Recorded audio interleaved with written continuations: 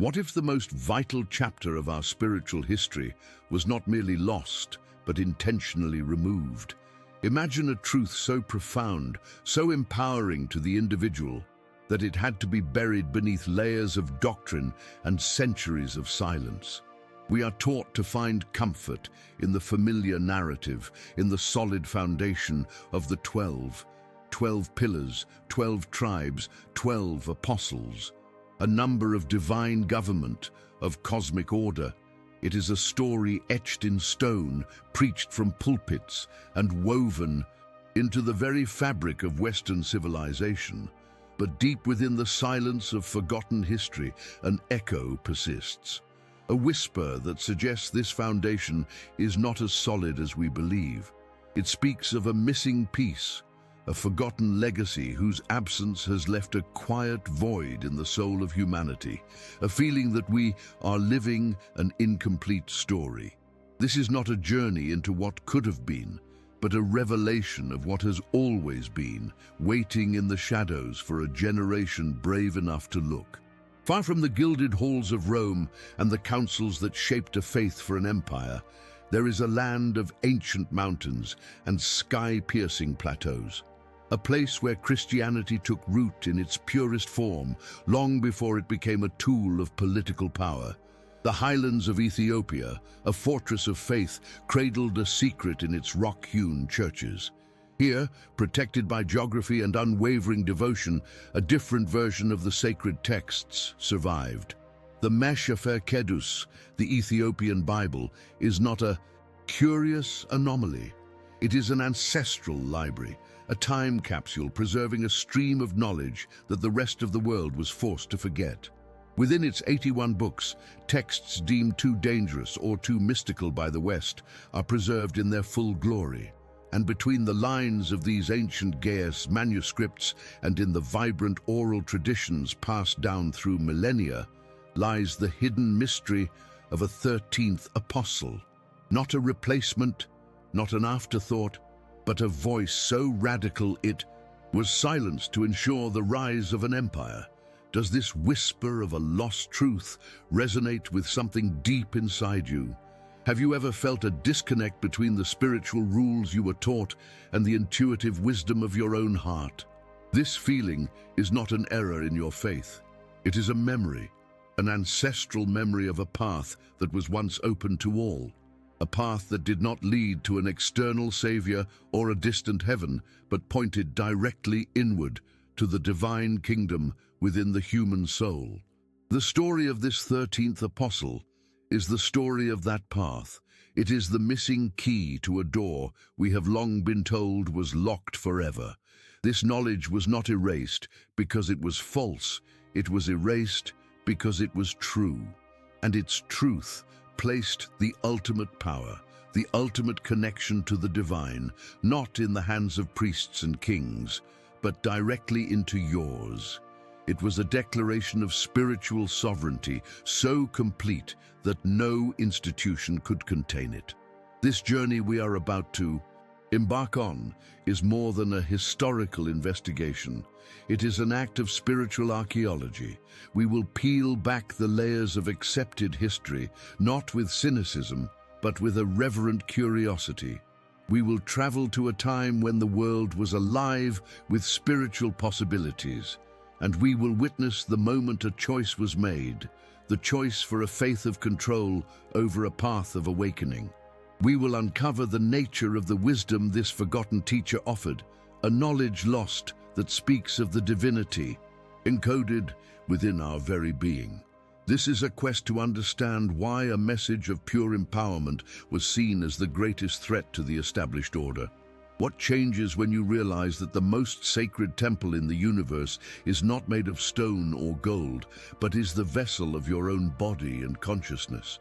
The revelation of this forgotten legacy is not meant to dismantle belief, but to deepen it, to return it to its most essential and personal root. It is an invitation to remember a part of yourself that has been dormant for ages, The truth has a way of surviving. It can be buried under empires, burned in libraries and condemned by councils, but its seed remains, waiting for the right conditions to grow once more. That time is now. If you feel the call to explore this profound mystery, to reclaim a piece of our shared spiritual inheritance, then join us on this path of discovery. Subscribe to this channel, and together let us uncover the truth that was never truly lost, only waiting to be found within. To understand the great concealment, we must first return to the source, not to the sanitized landscapes of paintings and sermons, but to the raw, vibrant earth of first-century Judea. This was not a monolithic world, but a spiritual crossroads, a place where the dust of Roman roads mingled with the scent of spices from the east and the ancient echoes of African wisdom carried north along trade routes older than memory. The air itself was thick with seeking, a palpable hunger for a truth that could mend a broken world. Prophets walked the hills, Essenes prayed in desert caves, and mystics from distant lands shared whispers of forgotten knowledge. It was into this fertile, chaotic ground that a new seed was planted. But we have only been told about part of the garden, the part that was carefully cultivated for an empire. The wildflower, the one that grew untamed, was deliberately uprooted. It is here, in this tapestry of fervent belief, that we find him, not as a footnote or a late addition, but as a living presence, a resonant frequency that altered the very air around him. The premise of our story calls him Zireh, an ancient Ethiopic word for the seed. He was not just another disciple from the shores of Galilee. His wisdom carried the weight of a different sun, a different soil. Oral traditions, those fragile threads of truth that survive when written words are burned, suggest he came from the south, from the land of the Queen of Sheba's lineage, where the memory of Solomon's magic still lingered, and the presence of the divine was not a concept to be debated, but a reality to be lived. His parables were different. They did not speak of distant kingdoms in the sky, but of a luminous kingdom hidden behind the veil of the human heart. He taught not with dogma, but with silence, with a gaze that seemed to peel back the layers of fear and conditioning to reveal the forgotten light within each person he met. Zireh's teaching was a quiet revolution. While others spoke of laws written on stone tablets, he spoke of a single immutable law written in the soul. While others pointed to a God in the heavens, he pointed inward to the breathing, pulsing, sacred temple of the body. His message was one of gnosis, the Greek word for a knowing that transcends belief. It was the radical, terrifyingly simple idea that humanity was not fallen or separate from its creator. Instead, he taught that every human being was a dormant seed of divinity, containing the entire universe within their own consciousness. Salvation was not a transaction or a reward for obedience. It was an awakening, an act of remembering one's own true nature. What if the most potent truths were spoken not in synagogues, but in the quiet spaces between heartbeats? This was the knowledge lost, a truth so empowering it rendered the entire concept of a spiritual intermediary obsolete. And in this, the seed of a great conflict was sown. An empire cannot be built on the foundation of sovereign individuals. An institution cannot thrive if its followers discover they hold the keys to the kingdom themselves. As the first century bled into the second and third, a new power was rising from the heart of Rome. An empire in desperate need of a unifying force, a spiritual glue to hold its fraying edges together. The teachings of the Nazarene, once a message of mystical love and rebellion, were being slowly but surely sculpted into a religion of order, hierarchy and control. A faith that could be codified, legislated and administered, a faith with a clear chain of command, stretching from the emperor and his bishops down to the humblest subject. It was a brilliant act of political engineering, but it required a sacrifice. The architects of this new world, the men who would later convene at councils like Nicaea, were not necessarily evil. They were pragmatists. They saw a world descending into chaos and believed that a single, unified doctrine was the only path to salvation for both the soul and the state. In their eyes, a message like Zeray's was not just heresy, it was spiritual anarchy. It was a wildfire that could not be contained, a truth that could not be taxed, governed, or weaponized. How do you control a population that believes they are divine? How do you build a church upon a rock when the people are taught that the true temple is within? The answer was as simple as it was brutal. The teaching and the teacher had to disappear from the official story. The first step was not a violent purge, but a subtle editing, a quiet omission. As the earliest Gospels were being gathered, copied, and translated, choices were made. Narratives were harmonized. The stories that reinforced the new structure of authority were elevated, canonized. Those that spoke of inner light, of secret knowledge, of direct, unmediated experience with the divine, were sidelined. They were labeled strange, esoteric, dangerous. The number 12, a powerful symbol of cosmic government and order, became absolute. It was clean, symmetrical, and manageable. 13 was a number of disruption, of the untamed and the unknown. The memory of Zeray, the seed of a different path, was the first thing to be pruned from the growing tree of this new faith. This act of concealment created a ghost in the machine of Western spirituality. It left a void, a silent ache that has haunted seekers for millennia. It is the feeling that something is missing from the story we have been told, the sense that the path laid out before us is somehow incomplete, that a vital chapter has been torn from the book. This feeling is not a failure of your faith. It is a memory, an ancestral memory of a truth that was not lost, but hidden. A truth that was preserved in the one place the long arm of empire could not reach. Why would a message of pure love and inner freedom be seen as the greatest possible threat? The answer to that question reveals more about the systems we live under than it does about the man they tried to erase. The proof of this forgotten legacy is not found in a single dusty scroll locked away in a vault. It is not a secret that can be revealed with one dramatic unveiling. It is a mosaic pieced together from fragments of truth that survived in the shadows, protected by those who valued memory over doctrine. The first and most profound piece of this mosaic lies where our journey began, in the high, thin air of the Ethiopian plateau. The Meshafer Kedus is more than an expanded Bible.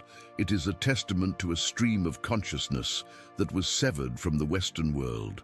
When councils in Rome and Constantinople were debating which books to exclude, which ideas were too dangerous for the masses, the scribes in the rock-hewn churches of Lalibela were meticulously preserving them. The very existence of the Book of Enoch and the Book of Jubilees in their canon, texts considered foundational by early followers of the Way, but later branded as heresy, demonstrates a simple, staggering fact. Ethiopia did not forget. It became an ark, a sanctuary for a knowledge lost, carrying a cargo of sacred narratives through the flood of imperial censorship. Within these texts, and in the commentaries that have surrounded them for centuries, we find passages that speak of a wisdom that is not received, but awakened, a wisdom that points not to an external authority, but to an inner light. This is the textual soul of Zeray's message, preserved in the very ink and parchment of a canon that refused to bow to a foreign emperor. But not all truths can be entrusted to the written word, for what can be written can also be found and burned. The most resilient secrets are carried in the human heart and pass through the breath of oral tradition. In the remote monasteries of Lake Tana and the quiet villages of the Simeon Mountains, a different kind of scripture exists. It is the scripture of the elder story, the grandmother's song, the monk's contemplative chant. For generations, whispers have persisted of a 13th teacher, one who did not carry the same Galilean accent as the others. They call him Zere, the seed, a name that is itself a parable. The stories say he came from the south, carrying a wisdom as old as the mountains themselves, a knowledge of the spirit rooted in the earth. He taught in circles, not in rows. He answered questions with silence. His central teaching, passed down through allegory, was that every soul is a seed from the great baobab tree of God, and that its destiny is not to worship the tree, but to grow into a forest of its own. This oral history is a living library, its shelves filled with the voices of ancestors. It is a form of evidence that cannot be cross-referenced in an academic database, but can be felt in the marrow of your bones. It is the proof that survives when empires fall and libraries turn to ash. This stream of Gnostic wisdom was not confined to the highlands of Africa. In 1945, a discovery in the Egyptian desert near Nag Hammadi sent a shockwave through the world of theology, though its true implications have been carefully managed ever since. An earthenware jar, sealed for over 1,600 years, was unearthed, containing a library of 52 texts from the early Christian era. These were the very books that the architects of the new faith had ordered to be destroyed. The Gospel of Thomas, 4 instance, contains sayings of Jesus that are radically different from the canonical versions. It states, "The kingdom of the Father is spread out upon the earth, and people do not see it." It declares, "When you come to know yourselves, then you will become known, and you will realize that it is you who are the sons of the living Father." This is the unadulterated essence of Zere's message. Gnosis, direct knowing, the recognition of the divine spark within. The Nag Hammadi library is a corroborating echo from a different corner of the silenced world.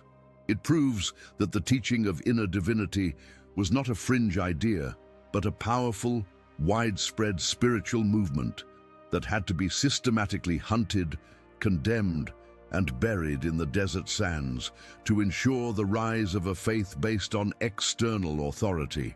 Where words were too dangerous, the truth was encoded in stone and pigment.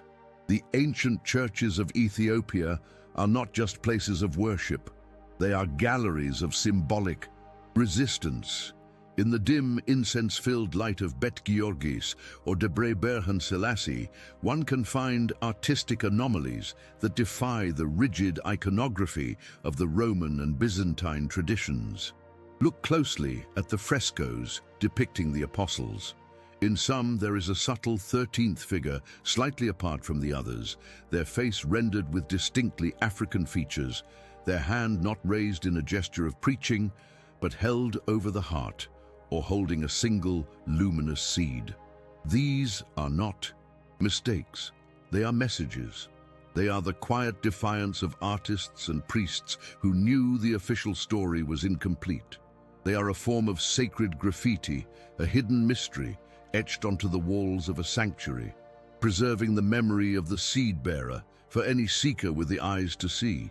It is a proof that speaks without a voice, a chronicle written in ochre and gold, a silent testament to the truth that was never fully erased. Perhaps the most compelling evidence for this great concealment is found not in what was preserved, but in the violence of what was destroyed. History gives us a clear record of the moment the choice was made. At the First Council of Nicaea in 325 AD, the Emperor Constantine sought to unify his crumbling empire under a single standardized creed. This was a political event dressed in theological robes. The chronicles of the council and the writings of early church fathers like Irenaeus and Eusebius are filled with vitriol against what they called the Gnostic heresy. They did not just disagree with these teachings, they sought to annihilate them. Why? Why was a message of inner knowing and spiritual self-reliance considered so profoundly dangerous? Because it was a declaration of spiritual independence. It was a truth that could not be institutionalized. The sheer ferocity of the suppression, the bonfires of sacred texts, the excommunication and persecution of those who taught of an inner light, all point to a single conclusion. The architects of the Empire Church feared this knowledge lost more than anything else. Their fear is the shadow that proves the substance of the light they tried to extinguish. When you gather these threads, a stunning tapestry is revealed. The textual evidence of the Ethiopian canon, the living breath of oral tradition, the rediscovered Gnostic Gospels, the coded language of sacred art, and the deafening silence left by a systematic purge. They all point to the same center, to a truth that was deliberately removed. From our spiritual inheritance, this was not the loss of a mere historical figure. It was the concealment of a path that leads not to a throne in the heavens, but to the kingdom within your own sovereign soul. This evidence does not ask you to abandon your faith, but to question the completeness of the story you have been told.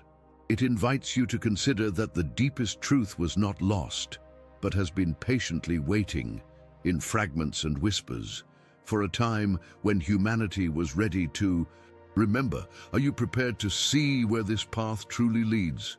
This journey through forgotten history is not about a distant past. It is about you, here, now, in this very moment. The evidence we have uncovered is not merely a collection of historical facts. It is a mirror held up to the quiet, persistent ache that so many feel in the modern world. Have you ever stood in a silent forest or looked up at a sky full of stars and felt a sense of belonging so profound that it made the world of rules and doctrines feel like a cage? That feeling is not a fleeting emotion, it is a memory. It is the echo of Zeray's truth vibrating within your own cells. The void left by his erasure was not just a gap in a 2,000-year-old book.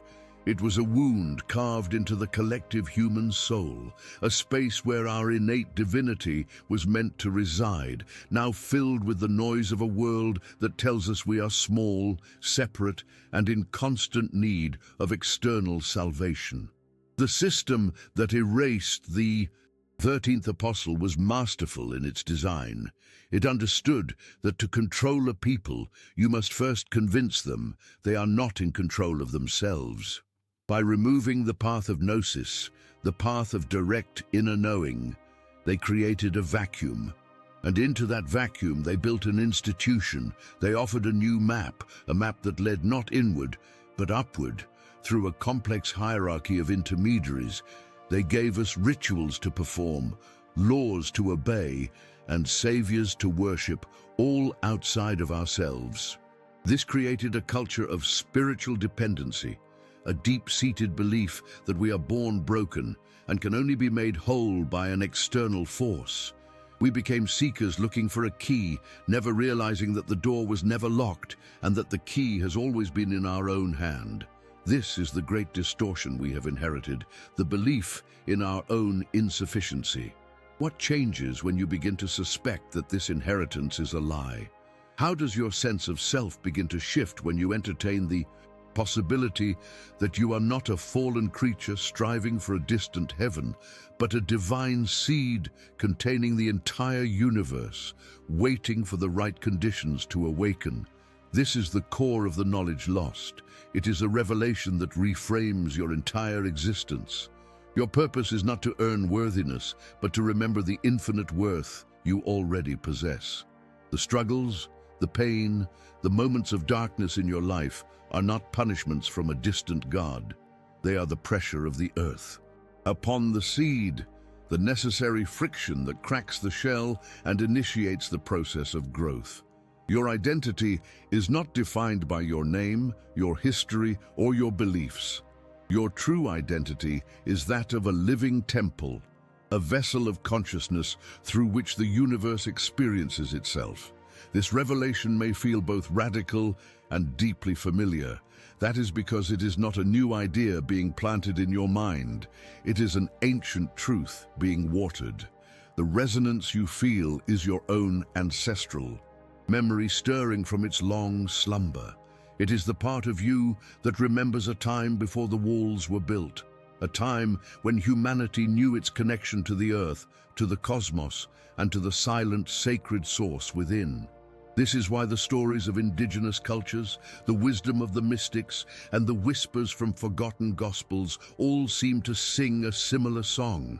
They are all fragments of this one, universal truth that was once the common inheritance of all humanity.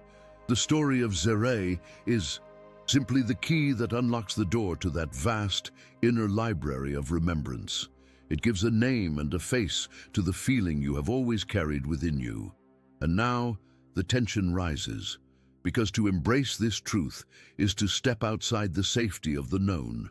The same forces that silenced Zere 2 millennia ago have not vanished. They have simply changed their form.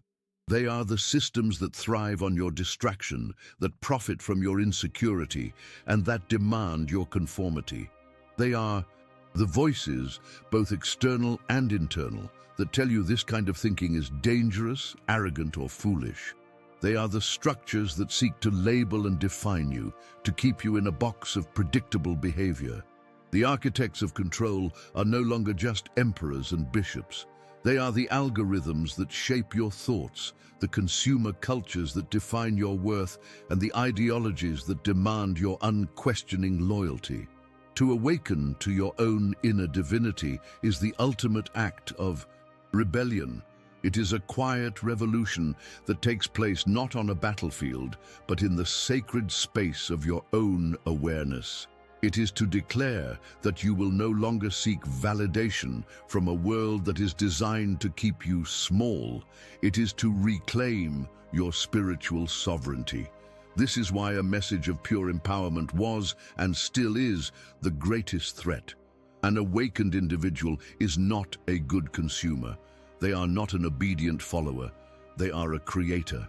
They are a force of nature.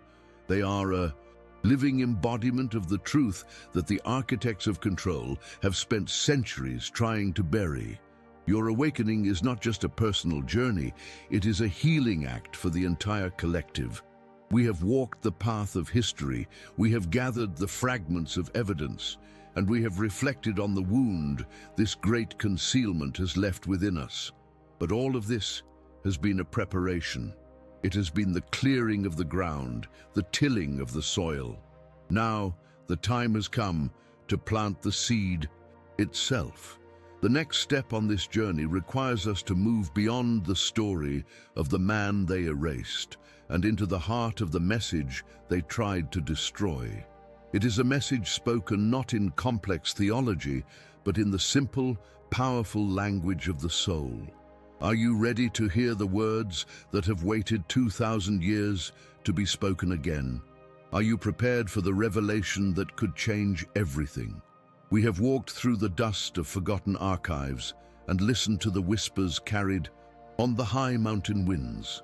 We have pieced together the mosaic of a history that was deliberately shattered, finding its fragments in ancient canons, in the breath of oral tradition, and in the silent testimony of sacred art.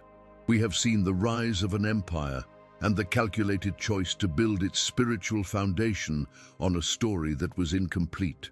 We have felt the void this choice left behind, a quiet ache in the collective soul. But all of this has been a journey to a single point, a moment of revelation so fundamental that it does not simply add a new chapter to the story. It sets the old book on fire. We have come to the edge of the precipice, not to look at a lost history, but to leap into a living truth. For 2,000 years, humanity has been taught to look outside of itself for salvation. We were told the kingdom of God was a destination to be earned, a distant shore to be reached after a life of trial and obedience. We were given maps that pointed to the heavens, to a future time, to a holy city built of gold and pearl. The entire architecture of Western spirituality was constructed upon this premise of separation. You are here and God is there. You are fallen and grace must descend.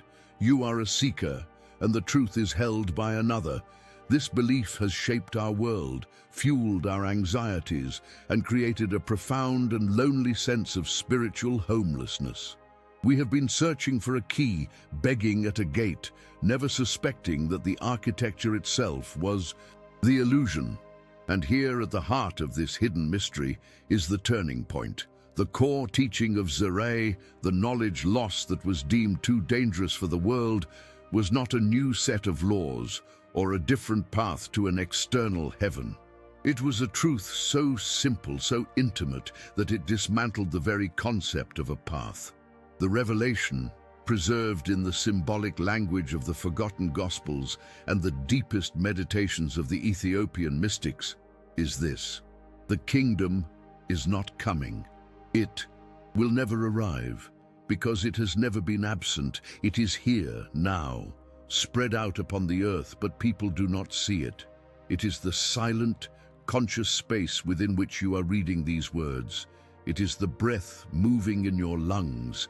It is the light that looks out through your eyes. You are not a seeker on a path to the divine. You are the divine, having forgotten itself on a path of remembrance. You are not looking for the gate. You are the gate. Do you feel the shift? The ground beneath. Your feet has just dissolved. This single revelation changes everything. The systematic erasure of Zeray was not the removal of one man from a group of 12. It was the concealment of humanity's true identity. The architects of control did not fear a heretic. They feared a mirror. They feared a teaching that, once heard, would awaken the population to the fact that they needed no intermediary. No priest, no bishop, no emperor held a power that was not already dormant within the humblest farmer or craftsman. The entire edifice of institutional religion, with its hierarchies of power and its economies of salvation, was built upon the manufactured belief in your separation. If you are the temple, the external temple becomes a museum. If you hold the key, the gatekeeper loses his purpose. This is why the suppression was so violent, so absolute. They were not hiding a truth. They were hiding you from yourself. This was not merely a philosophical idea. It was a living science of the soul. Look again at those Ethiopian frescoes, at the 13th figure with his hand over his heart. This is not a gesture of prayer. It is a map. It points to the inner sanctum, the holy of holies within the human body. The seed he is often depicted holding is not just a parable for faith. It is a symbol of the divine spark, the particle of God consciousness that resides within every living being. Oral traditions speak of his methods, of teachings that used breath and silence not as forms of worship, but as tools for spiritual archaeology, to dig beneath the layers of conditioning and fear to uncover the luminous self. The Gnostic texts found in the desert sands echo this, speaking of a secret knowledge that is not learned from a book, but remembered in the incense-filled silence of one's own heart. The consequences of this great forgetting are all around us. We live in a world desperate for connection, yet we feel more isolated than ever. We seek purpose in careers, in possessions, in the approval of others, all because we have forgotten that our very existence is the purpose. We are divine seeds planted in the soil of the material world, and our purpose is simply to grow, to awaken to the light we carry within. The anxiety, the emptiness, the feeling of being an exile in your own life, these are not personal failings. They are the symptoms of a species that has been suffering from a case of mistaken identity for millennia. They are the phantom pains of an amputated truth, the ancestral memory of a wholeness we were told we never had. This revelation, therefore, is not an endpoint. It is a beginning. It is an invitation to stop seeking and start seeing, to turn the lens of your awareness away from the world of noise and distraction and to point it inward into the vast, silent and sacred universe of your own consciousness. It is to understand that every spiritual text you have ever read, every sacred image you have ever seen, is not a description of a distant, Reality, but a portrait of your own deepest potential. The story of Ziray is not his story, it is yours. It is the story of the forgotten light within you, waiting patiently through ages of darkness for the moment you would finally turn around and recognize it. But to recognize this light is one thing, to fully embody it is another. A map is useless without the knowledge of how to read it. A gate is impassable without the key that turns the lock. The revelation of the kingdom within is the map. But the architects of control did not just burn the map, they shattered the key and scattered its pieces across time. What if Ziray's teaching was more than a destination? What if it was a method, a practice, a technology of the soul for unlocking this inner divinity? And what if the instructions for that key have also survived, hidden in plain sight, waiting for those with the courage to not just hear the truth but to live it? We have arrived, not at an end, but at the true beginning. The journey through the mists of time, through the silent archives of Ethiopia and the sun-scorched sands of Egypt, was never about unearthing a forgotten man. It was about uncovering a forgotten mirror. The story of Ziray, the seed, is the story of the luminous potential that was hidden within you. The great revelation is not that a 13th apostle was erased from a book. It is that the divinity of every human being was erased from the narrative of our own lives. The architects of control built an empire on the foundation of your perceived smallness. They taught you to seek a kingdom in the sky because they feared you would find it within your own heart and become ungovernable. The climax of this story is not a historical discovery. It is the moment you feel the truth of this in your own bones. The kingdom is not a destination, it is your origin. You are not a traveler seeking a distant home. You are home, seeking to remember itself. This knowledge is not a belief to be adopted, but a frequency to be tuned into. The path forward is not found in another text or a new teacher. It is found in the sacred temple of your own silence. This is the practical application of this ancestral wisdom. To turn your attention inward is the ultimate act of rebellion against a world designed to keep you looking outward. The practices taught by the mystics of old, the stillness, the conscious breath, the quiet observation of the mind, are not quaint spiritual exercises. They are the tools of the archaeologist of the soul, the instruments used to gently brush away the dust of centuries of conditioning, fear, and inherited belief. To sit in silence is to read the living gospel of your own heart. To listen to the space between your thoughts is to hear the voice that was never silenced, only ignored. This is the work.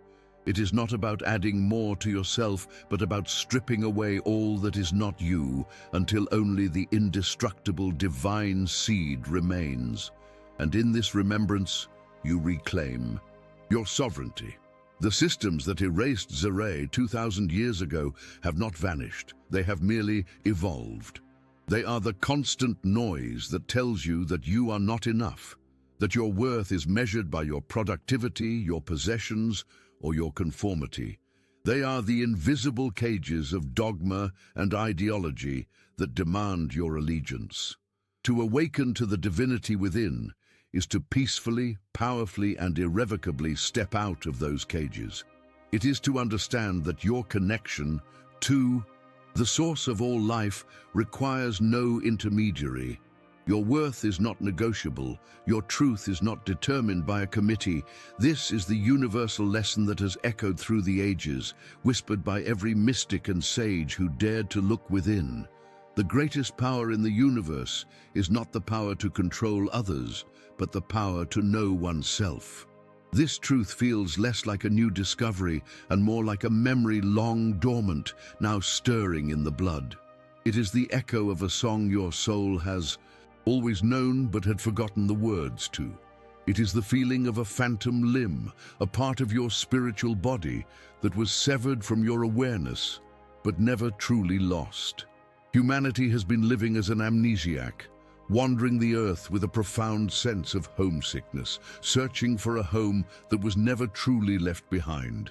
The revelation of this forgotten legacy is the scent on the wind, the familiar melody, the flash of recognition that begins the great remembering. It is the permission you have been waiting for, not from an external authority, but from the deepest part of your own being, to finally claim the inheritance that has been yours since the beginning of time. This journey of revelation was preserved for a reason, for this very moment in the story of our world. It was carried through millennia in the hearts of monks and the songs of elders, waiting for a time when enough people were ready to hear it, not as a story, but as an instruction. A truth remembered by one can awaken 1,000. If this journey has stirred the waters of your own inner knowing, then your part in this great remembering has just begun. This channel is more than a collection of stories. It is a gathering place for those who are ready to look deeper. Subscribe and join this circle of seekers. Share this message, not as a doctrine to be proven, but as a seed to be planted in the heart of another who is ready to grow. For a seed of truth, once planted, can never be destroyed. And so, we leave you here, at the threshold of your own inner kingdom. The map has been revealed. The key has been placed in your hand. The rest of the journey is yours alone, yet you will not walk it alone. For the same light that is awakening in you is awakening in countless others across the globe.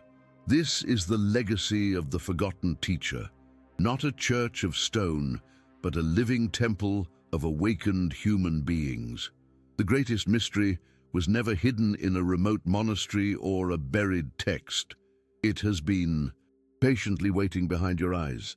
Now we ask you to reflect on this. What long dormant truth within yourself has this journey begun to awaken?